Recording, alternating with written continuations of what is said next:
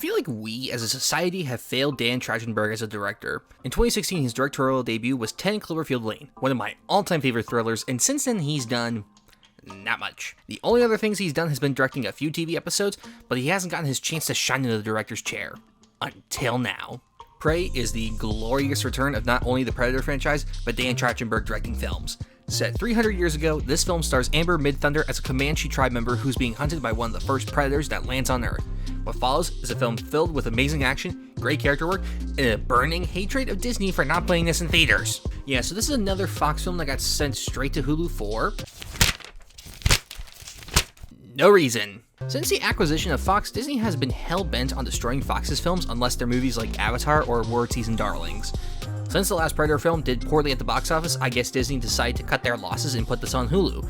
And with the brilliance of this decision came the biggest premiere on Hulu for anything. Idiots! Savages, idiots! But I'm going off on a tangent here. The fact remains, Disney was incredibly stupid for putting this only on Hulu because this is a damn good movie. I'm not super well versed in the Predator franchise. I've only seen the 2018 film, so I was going into this one with pretty open set of eyes with only a bit of knowledge about the Predator. As I talked about in my bullet train review, an action movie is only as good as its lead hero, and Midthunder's Naru is a damn good action hero. Rather than be a tough, no-nonsense woman who's all business and has no personality whatsoever, kind of female character that some male directors think equals strong female character, Naru is actually a well-fleshed-out character with understandable motivations and a well-written personality that balances out being a no-nonsense survivor and knowing when to have fun. As the film progressed, I became more invested in her story and became very excited whenever she'd enter an action scene. And to all the dude bros out there that can't handle a woman being a badass, shut up!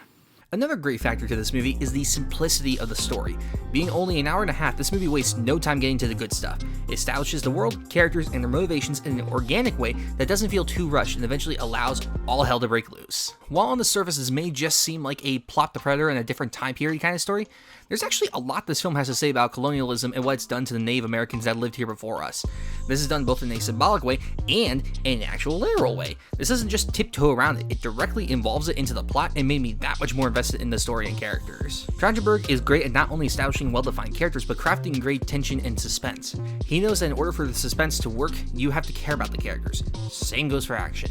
Even if the action is well done, if the characters don't work, then we don't care. I guess if there's any negatives I can say is that I wish there was a bit more fleshed out about Naru's tribe and some more given to other side characters.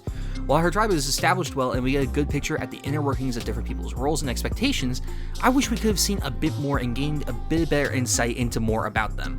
Also, while the ending was good, I can see others saying it felt a bit abrupt, like it just needed one last satisfying punch to make it stick, if you get what I mean.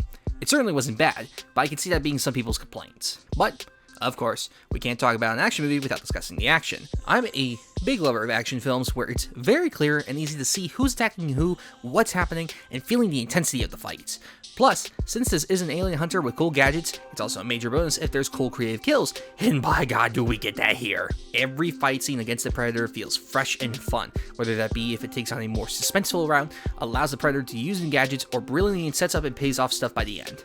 Not once was I ever bored, and I was always excited to see what would happen in the next fight scene. Prey is honestly one of the biggest surprises of the year. It's got fantastic action, great suspense, a fantastic action hero at the center, and wonderful Predator kills. Even if you're not a fan of the series, I highly recommend you check this one out. It'll be well worth your time, and maybe it'll signal to Disney to put movies like this back in theaters. I'm going to give Prey an 8 out of 10.